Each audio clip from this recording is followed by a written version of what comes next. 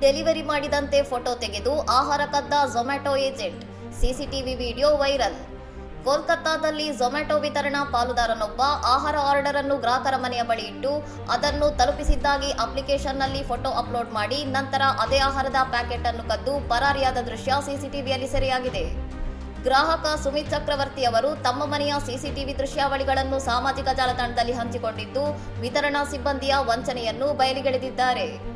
Order ತಲುಪಿದೆ ಎಂದು ಸುಳ್ಳು ಮಾಹಿತಿ ನೀಡಿ ಆಹಾರ ಕದ್ದಿರುವ ಈ ಘಟನೆಯು ಆನ್ಲೈನ್ ಆಹಾರ ವಿತರಣಾ ಸೇವೆಗಳ ಸುರಕ್ಷತೆ ಮತ್ತು ವಿಶ್ವಾಸಾರ್ಹತೆಯ ಬಗ್ಗೆ ಗಂಭೀರ ಪ್ರಶ್ನೆಗಳನ್ನು ಹುಟ್ಟುಹಾಕಿದೆ.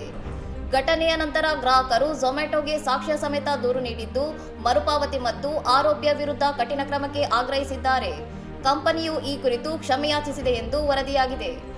ಇಂತಹ ವಂಚನೆಗಳನ್ನು ತಡೆಯಲು ಒಟಿಪಿ ಆಧಾರಿತ ವಿತರಣಾ ದೃಢೀಕರಣವನ್ನು ಕಡ್ಡಾಯಗೊಳಿಸಬೇಕು ಎಂದು ಸಾಮಾಜಿಕ ಮಾಧ್ಯಮ ಬಳಕೆದಾರರು ಕಂಪನಿಯನ್ನು ಒತ್ತಾಯಿಸುತ್ತಿದ್ದಾರೆ. ಸಿಸಿಟಿವಿ ಕ್ಯಾಮೆರಾಗಳಿಲ್ಲದ ಗ್ರಾಹಕರು ಅಂತಹ ಸಂದರ್ಭಗಳಲ್ಲಿ ತಮ್ಮ ಆರ್ಡರ್ ಸಿಕ್ಕಿಲ್ಲ ಎಂದು ಸಾಬೀತುಪಡಿಸುವುದು ಕಷ್ಟಕರವಾಗಬಹುದು ಎಂಬ ಆತಂಕವನ್ನು ಅನೇಕರು ವ್ಯಕ್ತಪಡಿಸಿದ್ದಾರೆ. ಇನ್ನಷ್ಟು ಸುದ್ದಿಗಳಿಗಾಗಿ ನೋಡ್ತಾ ಇರಿ ಸೌರಂ ಟಿವಿ.